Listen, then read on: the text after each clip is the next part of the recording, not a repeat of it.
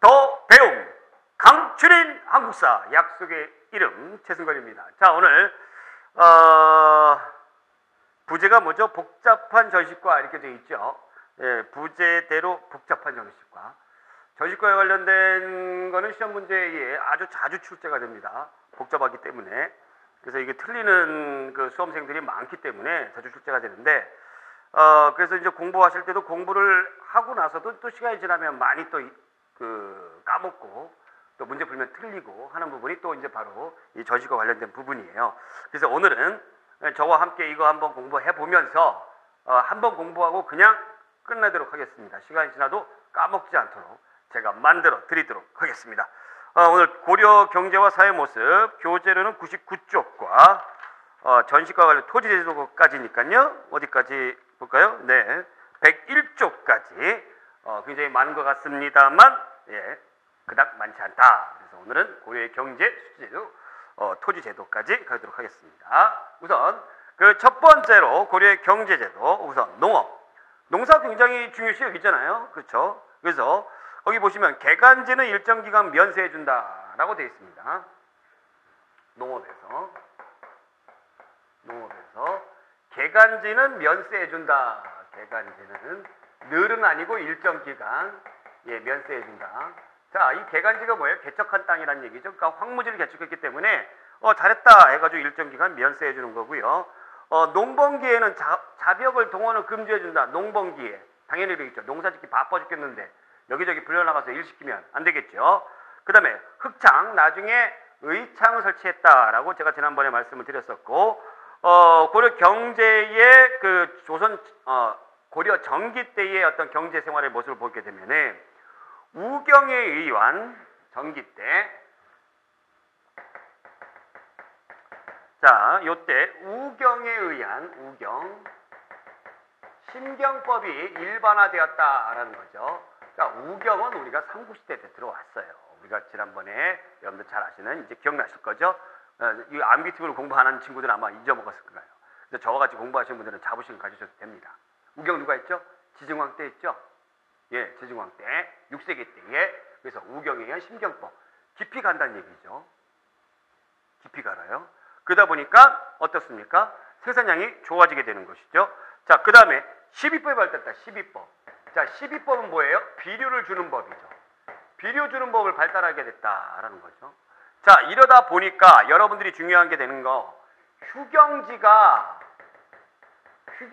감소한다. 이거 꼭 여러분들 주의하셔야 돼요. 휴경지가 감소한다. 휴경지가 감소한다는 말의 뜻은 휴경지가 없어졌다라는 게 아니다라는 거죠. 휴경지가 없어지는 건 조선시대에 들어가서 휴경지가 거의 없어져요. 휴경지가 감소했다라고 이거 기억해 주셔야 됩니다. 요거 시험 문제 아주 잘 나와요. 자, 그 다음에 2년 3작의 윤작법이 나타났다. 2년 3작의 윤작법. 이 윤작이라는 거는 돌아가면서 농사 짓는다라는 얘기예요. 2년에 그래서 3번 농사 짓는다. 돌아가면서 여기다 뭐 심고 저기다 뭐 심고. 자, 이렇게 했던 그 농사 짓는 법이 이렇게 됐던 부분들은 땅의 양분, 지분을 확보하기 위해서 그렇게 했다라고 이해를 하시면 되겠고요. 그 다음에 고려 후기 때는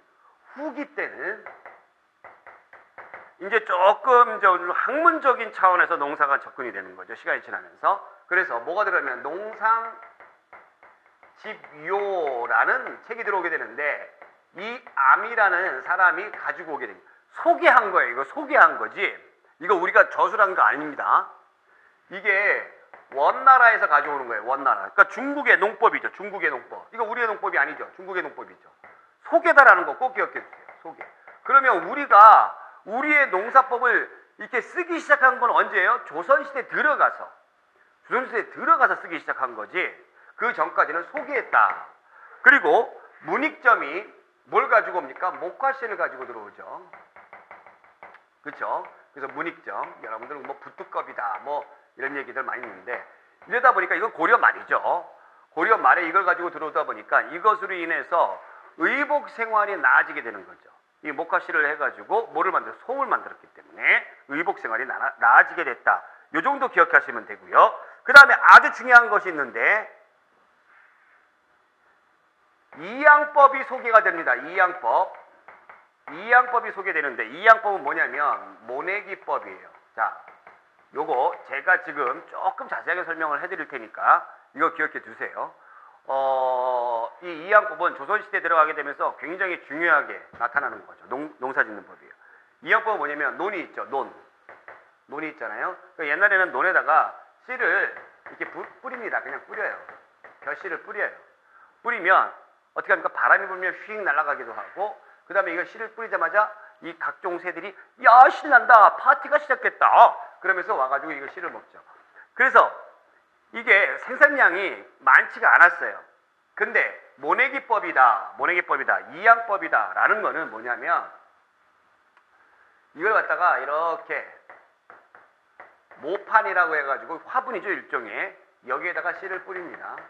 이 씨를 뿌리는 화분들이 여러 개가 이렇게 있는 거죠. 그래서 이제 창고라든가 집에서 잘 관리하는 거예요. 관리를 하면은 여기 이제 좀 시간이 지나면 이 벼 싹이 나오는 거죠. 이 싹이 나온 걸 갖다가 논에다가 옮겨 심어요. 이거를 모내기법, 모판에서 이렇게 낸다 해가지고 모내기, 옮겨 심는다 해서 이양법이라고 하는데, 그러다 보니까 생산량이 증대되죠. 이것은 고려 후기에 일부 남부 지역에서만 행해지게 됩니다. 일부 남부 지역에서, 기후가 좋은 일부 남부 지역에서만. 이 이양법이 전국으로 번져나가는 거는 조선 후기 때예요. 이거 꼭 기억해 주세요. 전국은 언제라고요? 조선 후기. 고려 말에는 일부 남부. 그럼 역시 조선 후기 때의 전국이니까 조선 전기 때도 일부 남부겠죠? 이거 기억해 주세요. 자, 이런 것들이 나타나게 됐고요. 수공업 보게 되면은 고려 초기 때는 이제 관청에서, 아무래도 농사가 중요하니까 그래서 관청에서 하거나, 그 다음에 향부곡소 기억하시죠? 그래서 소수공업이었다. 그 다음에 뭐가 있었다? 이른바 공장안이라고 해가지고 이걸 두었다. 근데 공장안이 뭐죠? 공장안? 공장 안에, 공장 밖에, 공장안, 그거예요? 그거 아니죠? 이건 뭐냐면 공장, 수공업자 명부예요. 명단이에요. 수공업자 명단, 그걸 책으로 이렇게 만든 거예요. 요걸 해가지고 이 명단 작성해서 이 사람들 데려다가 일을 시켰다라는 겁니다. 그러다가 고려 후기 때 들어가게 되면 이 전기 때 만들어진 어떤 그 타이트하게 잘 체계화됐던 이런 것들이 무너지게 돼서, 그래서 민간에서 만들기도 하고 또 그 다음에 이 절에서 만들기도 하고 하였다라는 거죠. 자, 상업 보겠습니다. 고려 전기 때는 시전을 두었다. 시전을 두었는데 여기에서 시장이죠. 이 시장을 감독을 하는 기관이 있습니다. 경시서를 두었다. 통일신라 때도 이런 시장과 관련된 것이 나왔었고요. 그래서 큰 시장, 뭐 개경, 서경, 동경에 있는 그런 상점들을 경시서에서 감독을 하였고, 고려 후기 때는 뭐 그냥 이 동네 저 동네 상업 활동이 좀 더 활발해졌었고요. 제일 유명했던 무역항이 있죠. 고려 시대에는 굉장히 개방적인 국가예요. 그래서 무역항, 예성강 하구에 병란도라는 곳이 있습니다. 여기가 고려 시대 최대의 무역항이다 이렇게 되어 있는데, 그 지도로 확인해 보게 되면은 통일신라 시대 때의 최고의 무역항은 어디였습니까? 최대의 무역항은 여기 동경 수도 근처인 바로 이쪽에 울산항이었죠. 고려 시대 때의 최대의 무역항은 여기 병란도예요. 여기 예성강. 여기 바로 개경 근처에 있어요. 여러분들 강화도에 가서 보면요, 여기 요거 보여요. 여기 보여요. 우리 눈으로 보여요. 그래서 수도하고 가까웠기 때문에 최고의 무역항이 됐다. 여기에 이제 아라비아 상인들이 들어오게 되는 거죠. 아라비아 상인들. 그래서 이제 나라 국부가 이제 고려니까 코리아다. 뭐 이건 뭐 누구나 다 아는 이야기고. 그 다음에 고려 후기 때 들어가게 되면은 이제 국가재정 확대를 위해서 소금 전매제를 했다라는 겁니다. 후기 때 들어가게 되면서 소금 전매를 했다라는 건데, 자, 이것도 여러분들이 시험 문제 나오게 되면은 소금 전매 언제 했니? 물어보면 고려 후기라고 답해 주셔야 되는데, 책 읽고 그냥 외우신 분들, 기계적으로 외우신 분들 같은 경우는 당장 외우고 나서 시험 문제 나오면 틀려버리죠. 왜 후기 때 이거 합니까? 전기 때 안 하고, 전기 때는 국가가 생겨난 지 얼마 안 되기 때문에 백성들에게 좀 잘 보여주고 싶은 거예요. 그래서 민생을 안정시키기 위해서 굉장히 노력을 합니다. 그래서 의창 전에 뭐 흑창도 생겨나고, 그 다음에 아까 이제 뭐 농번기에는 일도 안 시키고, 개간을 하게 되면은 당분간은 세금도 면제해주고, 이런 일들을 전기 때 하는 겁니다. 그러다가 후기 때 들어가게 되면은 왕권도 약해지고, 그 다음에 관리라든가 검은세족이라든가 얘네들이 뜯어가는 것도 많이 뜯어가고, 자, 그러다 보니까 세금도 거쳐지지 않죠. 세금도 거쳐지지 않으니까 이런 것을 하더라. 국가가 이것을 판매하더라. 그러니까 백성들의 삶은 더욱더 후기로 가면 갈수록 어때요? 더 어려워진다라는 것을 알 수가 있는 거예요. 이제 아시겠죠? 자, 그 다음에 화폐 보겠습니다. 고려시대 때는 이제 화폐를 많이 만들었어요. 그래서 최초의 화폐는 성종 때에 철로 만든 철전인 건원중보라고 있습니다. 건원중보. 건원이라는 건 나라를 세웠다. 그래서 초창기를 얘기하는 거죠. 건원중보. 철전이에요. 성종 때. 이걸 딱 만들었어요. 그러다가 거기 이제 쭉 보시면 의천의 경우로 문종 때, 이 의천, 나중에 이제 불교할 때 배우겠지만 이 의천 왕자님입니다. 아버지가 문종이에요. 문종. 의천의 건의로 화폐를 만드는 기관인 주전도감을 두었어요. 화폐를 주조한다 해서 주전도감을 두었어요. 여기에서 수많은 화폐들을 만든다. 동국동보, 동국중보, 사만중보, 사만동보, 사유동보, 쫙 만들어. 이거 외우실 필요 하나도 없어요. 여러분들이 화폐 이름 여러분들 생각하시는 거는 건원중보, 최초의 화폐. 그 다음에 조선 후기 때에 나오는 상평통보, 이거 생각하시면 돼요. 이거 외우실 필요 하나도 없어요. 수많은 화폐들 다 여기서 만들어요. 언제? 문종 때. 의천의 경우로 주전도감 만들어가지고, 주전도감 만들었으니까 이렇게 화폐 많이 만드는 거죠. 이 기구를 만들었으니까. 그렇죠? 그 여기서 특이한 게 활구라는 것을 만드는데, 활구가 뭐냐면 은병이에요. 은병. 조그맣게 생긴 이렇게 은병이에요. 은으로 된. 이게 활구예요. 활구. 이것도 화폐였어요. 화폐 노릇을 했어요. 자, 그런데 여기 있는 화폐들이 어떻게 됐다? 유통이 된다, 안 된다? 유통이 안 된다라는 거예요. 유통이 안 돼. 유통이 안 된다라는 거죠.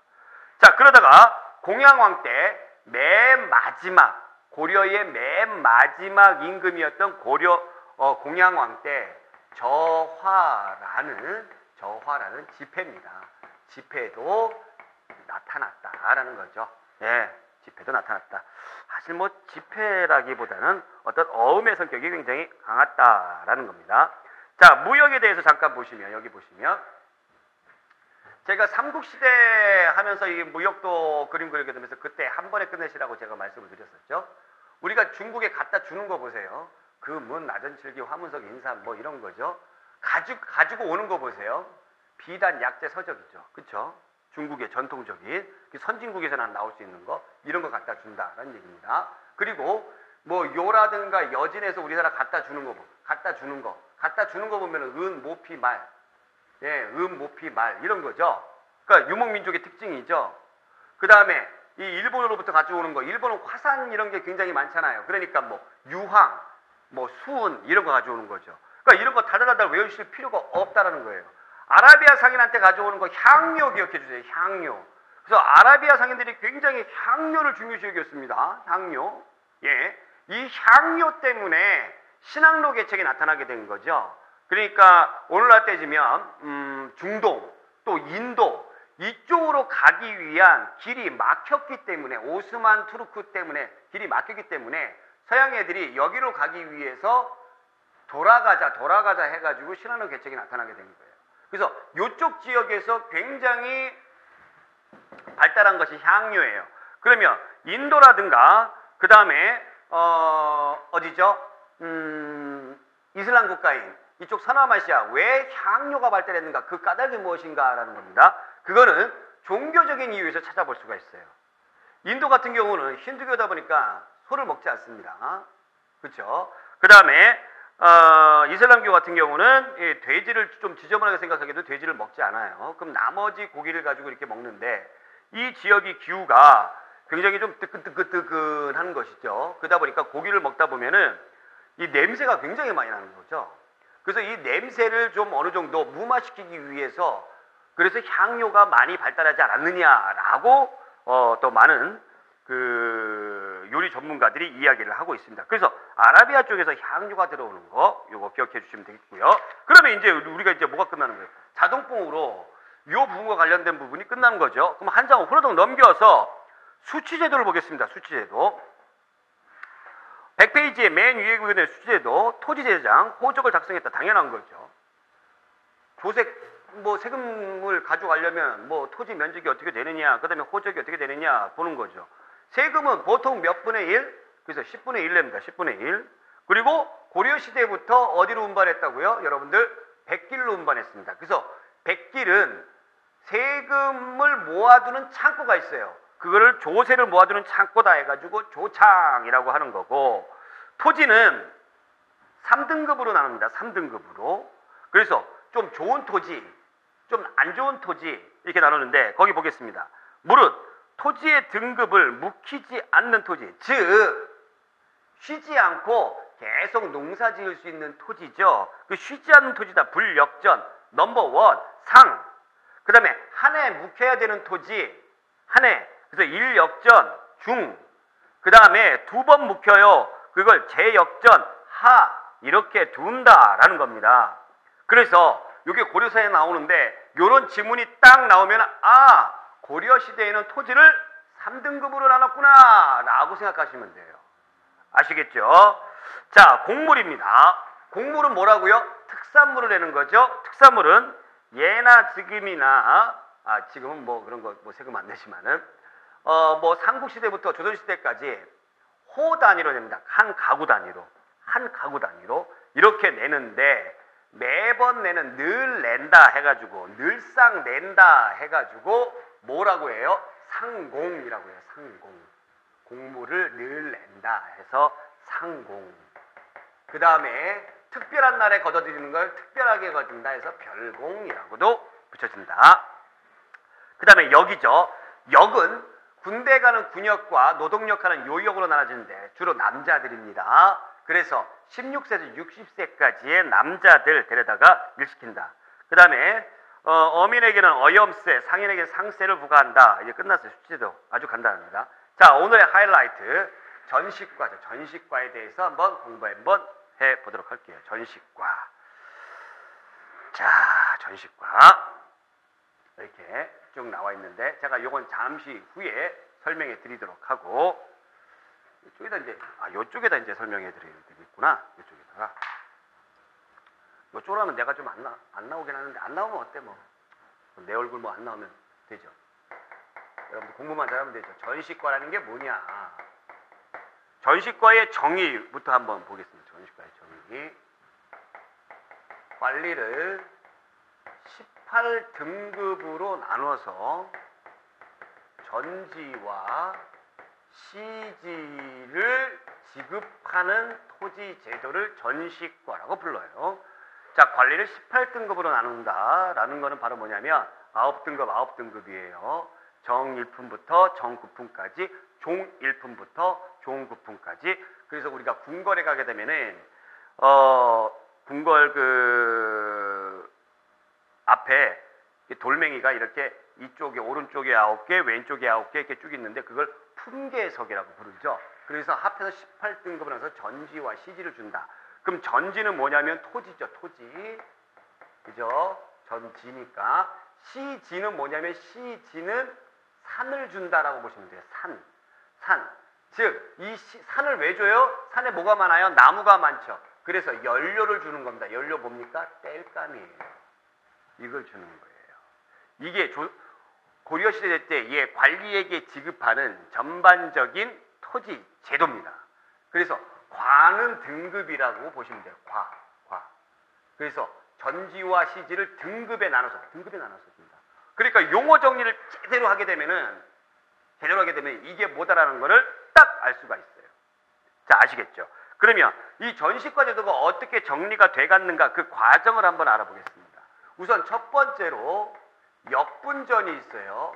역분전은 바로 누가 했냐면 태조가 했습니다. 태조 왕건이 했어요. 자, 이게 뭐냐면 역분전이에요. 역분전. 역할을 나눠가지고 토지를 줍니다. 태조 왕건이 뭘 했어? 나라를 세웠죠. 그쵸? 그래서 일종의 이건 뭐예요? 공신전이라고 보시면 돼요. 공을 세운 신하에게 주는 거죠. 그래서 농공행상의 성격이 강하다라는 거예요. 농공행상. 그래서 공을 얼마나 했느냐 논해가지고 준다. 상으로 준다. 농공행상. 농공행상. 공신들에게 막 주는 겁니다. 자, 그러니까 이제 그 어떤 체계라든가 이런 건 이 당시에 없는 거죠. 역분전. 그러다가 이제 체계를 잡기 시작을 하는데 요거 잡기 시작하는 데서 여러분들 약간의 암기 팁을 줄게요. 이거 암기 팁 그대로 외우세요. 시경에 계목 따라가자 경문아 이렇게 외우세요. 시경에 계목 따라가자 경문아. 좀 약간 잔인하긴 한데 시경 뭐 서울시 경찰청이 됐든 뭐 무슨 시 경찰청이 됐든. 자, 시작. 시경에 계목 따라가자 경문아. 자, 시작. 시경에 계목 따라가자 경문아. 자, 시작. 시경에 계목 따라가자 경문아. 예, 걔가 무슨 짓을 했는지. 시경에 계목 따라가자. 이게 뭐냐면 시정경식과는 경종때, 개정경식과는 목종때, 경종경식과는 문종때예요. 자, 시경에 계목 따라가자 경문아. 시경에 계목. 요거 하나만 외우세요. 요거 하나만. 오늘 아무것도 다 외울 거 그냥 보면 굉장히 많은데 그거 다 외울 필요 없이 요거 하나만. 시경에 계목 따라가자 경문아. 자, 시작. 시경에 계목 따라가자 경문아. 시경에 계목 따라가자 경문아. 자, 그러면 시경에, 그래서 시정전식과 시경에 경종때 이렇게 했는데 경종 그다음 유명한 임금은 아니죠. 요거 하나만 기억하세요. 전식과 경종때. 이거는요, 이거랑 똑같아요. 그냥 전식과라고만 이름을 붙인 거지 똑같습니다. 그래서 일종의 역분전의 성격이에요. 역분전이에요. 역분전. 아시겠죠? 역분전이에요. 시경에 계목 따라가자. 그 역분전. 그래서 여기 이제 보시면 인품, 관직고와 현직, 퇴직 이렇게 딱 주는데 이거 이제 딱 보겠습니다. 인품이 뭐예요? 인품. 저 사람의 인품은 좋고 저 사람의 인품은 낮고 그 인품이에요? 아니에요. 공을 세웠느냐 공을 세우지 않았느냐 그거예요. 아시겠죠? 그러니까 공을 얼만큼 세웠느냐 공을 얼만큼 낮게 세웠느냐 그겁니다. 그래서 역분전의 성격이라고 하는 거예요. 인품. 아시겠죠? 그 다음에 관직고와. 그러니까 높은 관리한테는 좀 많이 줘야 되겠죠? 낮은 관리한테 낮게 주는 거고요. 그 다음에 현직, 퇴직 다 주는 겁니다. 다 주는 거예요. 역분전이라고 그랬잖아요. 역분전. 그러니까 고령제 세운 지 얼마 안 됐기 때문에 이 공신들이 남아 있어요. 그러니까 역분전. 퇴직했다고 다시 빼서 공 세웠는데 그럼 반란 같은 거 일으킬 거 아니에요. 그거 주는 겁니다. 이해되시죠? 시정전식과. 자, 그러다가 세 번째로 가게 되면은 계목 따라가자. 개정전식과. 시정했는데 그거 가지고 안 되겠어. 개정해야 되겠어. 이거 개정해야 돼. 개정전식과. 계목 따라가자. 목종입니다. 목종. 자, 목종입니다. 목종은 우리가 이제 앞에서 배웠죠. 뭐와 관련된 거죠, 여러분들? 목종은 뭐와 관련된 거죠? 우리가 그 거란족 쳐들어왔을 때 2차 침입. 그죠? 그 강조의 정변. 그렇죠? 비리비리한 임금이죠. 비리비리한 임금이에요. 자, 목종이 임금이 됐을 때 땅이 별로 없어요. 땅이 별로 없어가지고 이거를 좀 개정해야 되겠다라는 겁니다. 근데 시간이 지나다 보니까 태조 누구니까 왕건 때의 공신들이 별로 없어. 그래서 인품은 따지지 말자라는 겁니다. 인품이 뭐라는 거 얘기했죠. 인품은 따지지 말자. 이거 하나입니다. 이거 하나예요. 인품 따지지 말고 토지를 주자라는 겁니다. 개정전식과. 자, 그 다음에 네 번째로 경문화죠. 경전정식과. 이거는 개정전식과를 고친 건데 누가? 현종이, 목종의 뒤를 이어서 현종이 고친 건데 이 현종 누가? 강조가 앉힌 그런 임금이잖아요. 소 뒷걸음치다가 어느 날 갑자기 내가 임금이 된 거죠. 운이 굉장히 좋았던 그런 사람이죠. 경정, 즉 완전히 굳어진 거예요. 굳힌 거예요. 굳힌 거. 전시과 굳힌 거예요. 현종 때도 이제 땅이 더 없죠. 그러니까 요때는 인품도 배려하지 않고 그 다음에 뭐 전직도 배려하지 않습니다. 그러니까 이때는 정말 일하는 애들만 주겠다라는 거예요. 일하는 애들만. 그러니까 현직 관리에게 주고 그 다음에 관직에 높고 낮은만 준다는 거죠. 그래서 전시과의 정의가 이때 정리가 딱 되는 거예요. 이거예요. 그런데 여기 나와 있듯이 무신을 우대했다.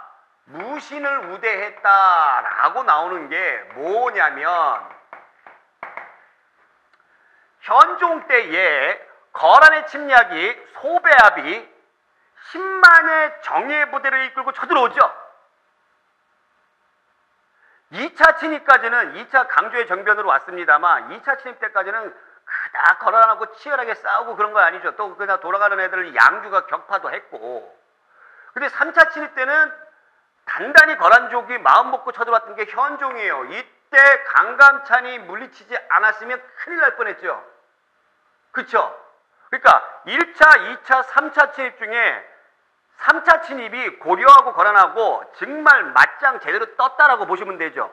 그래서 이때 토지제도를 열심히 싸웠던 무신들한테 주었다라는 겁니다. 이거 아주 잘 알아두세요. 이거를 여러분들이 이렇게 흐름별로 이해를 하지 않고 그냥 넘어가게 되면은 시간이 지나면 다 까먹고 또 어렵게 문제가 나오면 헷갈려서 또 엉뚱한 답을 찍습니다. 전시과 그래요. 이거 잘 알아두세요. 그래서 내가 이것만 외우라고 순서만 시경에 계목 따라가자 경문화. 제가 앞에서 정치사 할 때 목종이 어떻게 해서 임금이 됐고 그 다음에 뒤를 이어서 현종이 어떻게 해서 임금이 됐고 현종 때에 어떤 일이 일어났고 제가 그 당시에 계속 설명을 드렸던 이유가 이런 것하고 맞닥뜨려 있기 때문에 그런 겁니다. 그래서 정치사하고 사회, 문화 이거하고 연결이 안 되면 얘 따로 쟤 따로 다 이렇게 암기만 하는 그런 잘못된 공부 방법으로 간다는 얘기예요. 아시겠죠? 자, 그러한 내용들이 거기 교재 100페이지에 잘 나타나져 있습니다. 자, 경정정식과 제일 밑에. 그래서 이때부터는 공음전이 지급이 된다라고 되어 있는데 공음전. 자, 공음전은 어떠한 토지냐? 공을 세운 높은 신하, 주로 오품 이상. 문벌귀족. 그거 기억나시죠? 이거 주는 거예요. 이거. 공음전. 이거 정리가 딱 되기 때문에. 자, 또 한 가지 여러분들이 요때에 들어가게 되면서 경정정식과 들어가게 되면서 뭐가 나오냐면은 이러한 어려운 얘기가 나옵니다. 이거 여러분들이 필기에 둬야 돼요. 문상계, 무상계 이렇게 딱 나오는데 이제 여러분들이 감을 이제 잡아주세요. 문상계는 누구와 관련된가요? 문신에게 관련된 거죠. 무상계는 누구와 관련될까요? 무신에게 관련된 거죠. 자, 그러면 토지, 우리가 토지지도 하니까 무신에게 주는 토지는 뭐예요? 무신에게 주는 토지는 둘 중에 뭐예요? 이거죠. 무상계니까. 삑삑이다라는 얘기예요. 삑삑이다. 무신에게도 예 이거예요. 물론 문신에게도 문상계지만 경정정식과 요 당시에 무신에게도 예다라는 얘기입니다. 문상계에 그러니까 전식과 이 제도는 원래 이 고려시대에는 무신들에 대해서 되게 이제 홀대했다고 제가 얘기했잖아요. 그렇죠?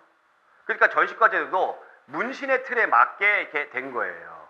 그런데 거란족이 침략을 하게 되면서 많은 무신들이 공을 많이 세웠잖아요. 그래서 이 무신들도 이 틀에 맞게 주더라라는 얘기입니다. 그러면 이것도 분명히 나오는데 이건 누가 주느냐? 전혀 무신이 아닌 사람들. 누구? 지방에 있는 향리들도 먹고 살기 위해서 토지 줘야 될 거 아니에요. 그거를 따로 무상계로 구분을 해가지고 줘버린 거예요. 그 다음에 왕족들, 예? 이런 사람들, 그 다음에 뭐 저기 열심히 그 일시켰던 수공업자들, 예, 이런 사람들 주는 거고, 그 다음에 심지어 여진족 추장, 여진족인데도 우리말 잘 듣는 여진족 추장 이런 거 여기에 갔다는 얘기입니다. 이거 기억해 두셔야 돼요. 네, 그런 얘기들이 이제 여기 나와 있고요. 자, 그 다음에 교재 101페이지에 보게 되면 전시과의 종류에 대해서 보겠습니다. 공신전은 공을 세운 신하들에게 주는 거니까, 원래 전시과는 토지제도는 우리가 동일신라 시대 때에 우리가 뭐 노급이라든가 관료전 공부할 때 뭐 주는 거라고 그랬어요? 토지의 소유권 주는 거라고 그랬어요? 수조권 주는 거라고 그랬어요? 수조권 주는 거죠. 역시 수조권 주는 거예요. 똑같아요. 토지 주는 거 아니에요. 그렇기 때문에 공신전은 공신에게 주입하는데 세습이 가능합니다. 예, 공을 세웠으니까 뭐 죽었다고 해가지고 뭐 뺏어버리고 그러면 안 되겠죠. 공음전도 오품에서의 고급 관료에게 세습이 가능합니다.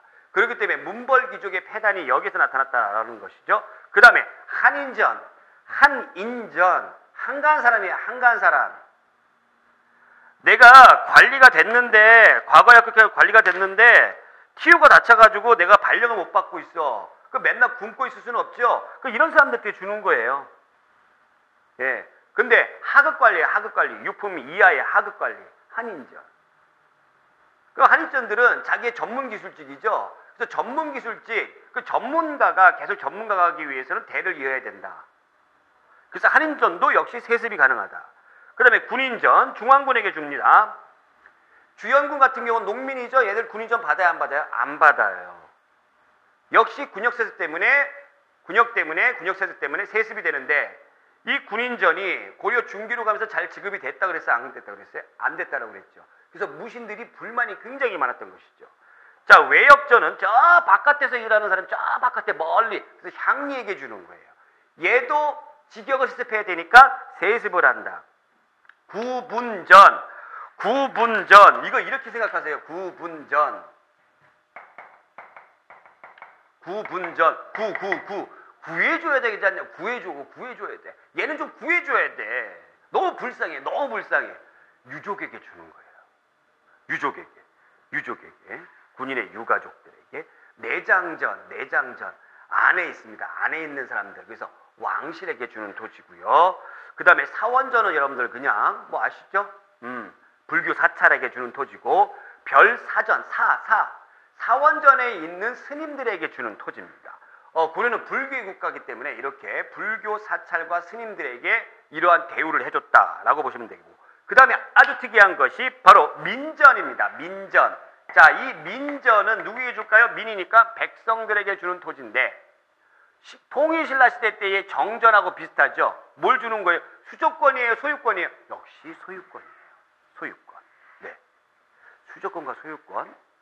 관리들에게는 소유권 안 줍니다. 뭐 줘요? 수조권. 백성들에게는 먹고 살려고 뭘 줘요? 소유권을 줘요. 그 소유권을 줘야지만 거기서 열심히 일해가지고 뭐 내니까? 세금 내니까. 관리들, 귀족층들, 이런 특권층들은 세금을 안 냅니다.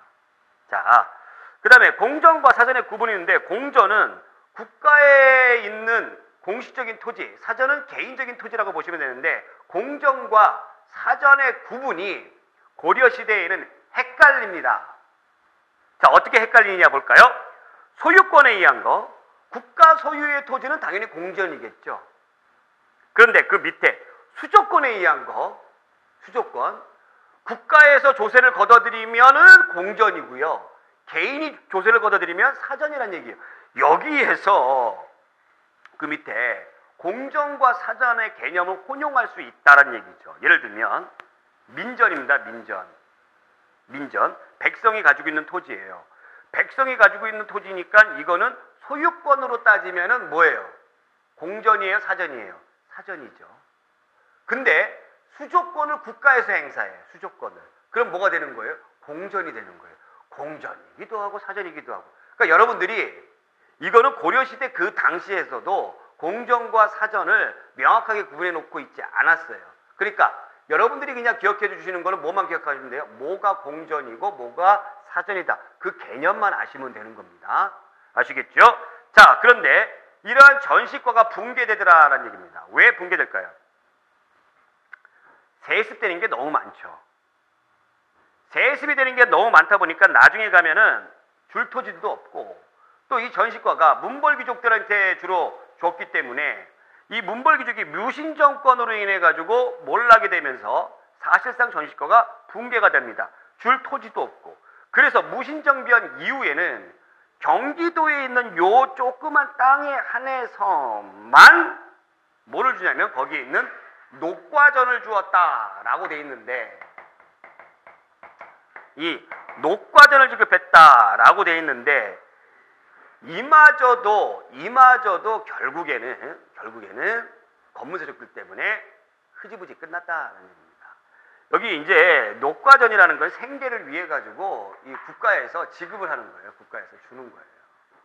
자, 그래서 100페이지 동글뱅이 1번의 전시과 거기 개념 정리하면서 그런 얘기가 나옵니다. 천천히 읽어볼게요. 국가가 관리의 등급을 18등급으로 나누어 전지와 시지를 지급하는데 소유권이 아니라 수조권만 주었으나, 그렇죠? 이건 이해되죠? 그 밑에 수조도 국가가 직접 대행했다. 즉 땅은 줬는데 수조권도 국가가 나중에 가면 직접 대행했다 라는 얘기가 이 녹과전의 의미를 말하고 있는 겁니다. 아시겠죠? 자, 이렇게 해서 우리가 아주 복잡한 고려의 토지제도에 대해서 끝났어요. 여러분들 이제 이해가 되시죠? 이거 하나만 기억해 주시면 되겠죠? 시경아 계목 따라가자. 시경에 계목 따라가자 경문화. 이것만 하시면 되겠죠? 뭐 주고 뭐 안 주고 기억하시면 되겠죠? 다시 한번 정리 한번 해보겠습니다. 얘 이제 빼고 얘 뽑으면 안 되니까. 자, 맨 처음에 태조 왕건 때는 그냥 역분전이죠. 인품에 따라서 관리에게 다 주는 거죠. 전현직 관리에게. 그 다음에 시경화, 시정전식과 시경, 경종 때 마련이 됐습니다. 그쵸? 경종 때 마련된 시경전식과는 이제 뭐 주는 거예요? 어떻게 하는 거예요? 역분전의 성격이라고 제가 얘기했어요. 그러니까 이름만 바꾼 거예요. 이름만 시정전식과라고 이름만 바꾼 거죠. 그 다음에 계목 따라가자. 그래서 개정전식과는 이제 토지가 없습니다. 태조 왕건 때의 신하들도 거의 죽고 없고, 그래서 공을 세운 사람들한테 그런 건 이제 줄 필요가 없어요. 그래서 인품 배제. 자, 그 다음에 경문화, 경정전식과는 문종 때에 인품 배제는 앞에서 했으니까 끝났고, 그 다음에 전직관리에게 토지가 없으니까 전직관리에게 이제 그만둔 사람한테도 토지는 안 준다. 대신 이때에 현종 때에 거란이 쳐들어와서 우리가 거란과 아주 크게 싸웠었죠. 그래서 공을 세운 누구에게? 무신들에게 주었다. 그래서 상대적으로 무신이 토지를 가지고 갔다. 여러분들 이 얘기를 잘, 무신을 우대했다는 얘기가 문신을 천시했다 이 얘기가 아니죠. 여기서 말하는 무신을 우대했다는 얘기는 전 시대에 비해서 조금 더 무신이 더 대우를 받았다라는 것이지 문신보다 더 대우를 받았다 이게 아니란 얘기예요. 자, 그 다음에 문산계와 무산계 무슨 개념인지. 무신들은 뭘 받았어요? 무산계 받았어요? 아니죠. 문산계 받았다라는 거죠. 이거 기억하시면 되겠습니다. 자, 이렇게 해가지고 우리가 아주 까다롭게 생각하는 그런 부분이 아주 속 시원히 끝내버렸어요. 속 시원히. 그죠? 좀 자신감 가지세요. 네, 정말. 자, 문제 풀어보겠습니다. 얼마나 이게 미리 풀어보신 분들은 알겠지만은 이게 몇 페이지죠? 105페이지에 105페이지에 나오는 문제. 처음에 잘 모르셨을 거예요. 근데 이제 아마 속 시원히 풀으실 수 있을 겁니다. 이거 제가 암기팁 어떻게 외우라고 그랬죠? 시경에 계복 따라가자 경문화 이렇게 외우라고 그랬죠. 자, 경종원년에 그럼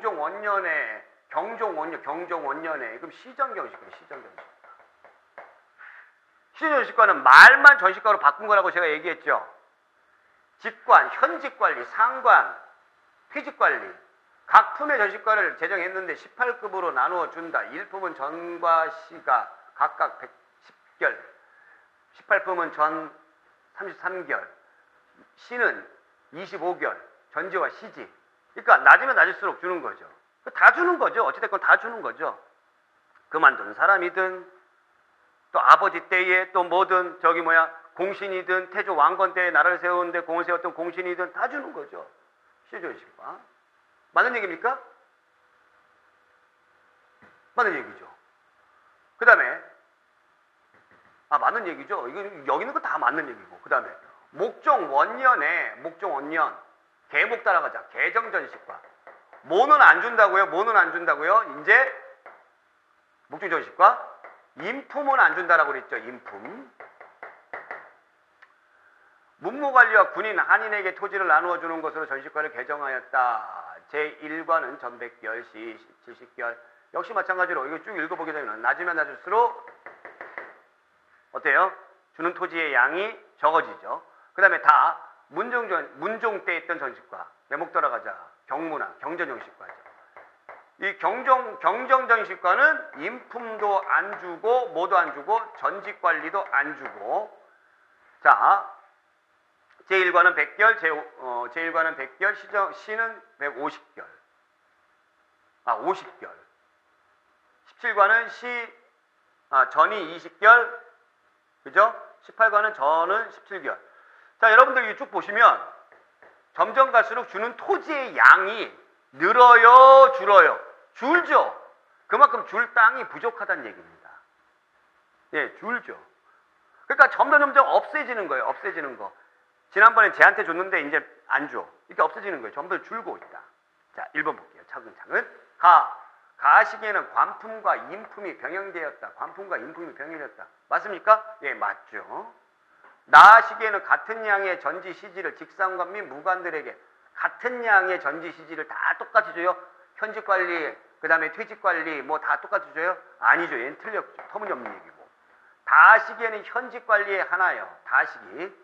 현직관리에 하나여 토지를 지급했고, 그 다음에 별삭과 무산과 전시도 지급했다. 무산계 뭐 이런 것들. 이거 맞습니까? 예, 맞는 얘기죠. 그 다음에 4번 관등에 따라 18등분 하나로 전지와 시지에 대한 수조권을 지급한 제도다. 이거는 전시과의 정의죠. 맞는 얘기고. 그래서 정답은 2번 된다는 얘기. 2번 됩니다. 그러니까 이런 문제들 여러분들이 거의 공부 안 하고 이렇게 제대로 공부 안 하고 개념 안 잡고 하시는 분들 같은 경우는 거의 틀려버려요. 이거 외에도 이 요약집 같은 경우에는 제가 기본 문제들만 많이 수록을 했기 때문에 이거 외에도 실제로 기출문제들을 보게 되면은 전식과 관련돼서 굉장히 어려운 문제들 많이 나오고 있습니다. 그러나 오늘 우리가 개념을 잘 잡았기 때문에 여러분들 푸시는데 굉장히 큰 도움이 될 거예요. 걱정하지 마시고요. 요거 하나만 기억해 두라고 그랬죠? 계목 따라가자. 어디에? 시경에. 누구 보고? 경문이 보고. 시경아 계목 따라가자. 경문아. 오늘 여기까지. 고맙습니다.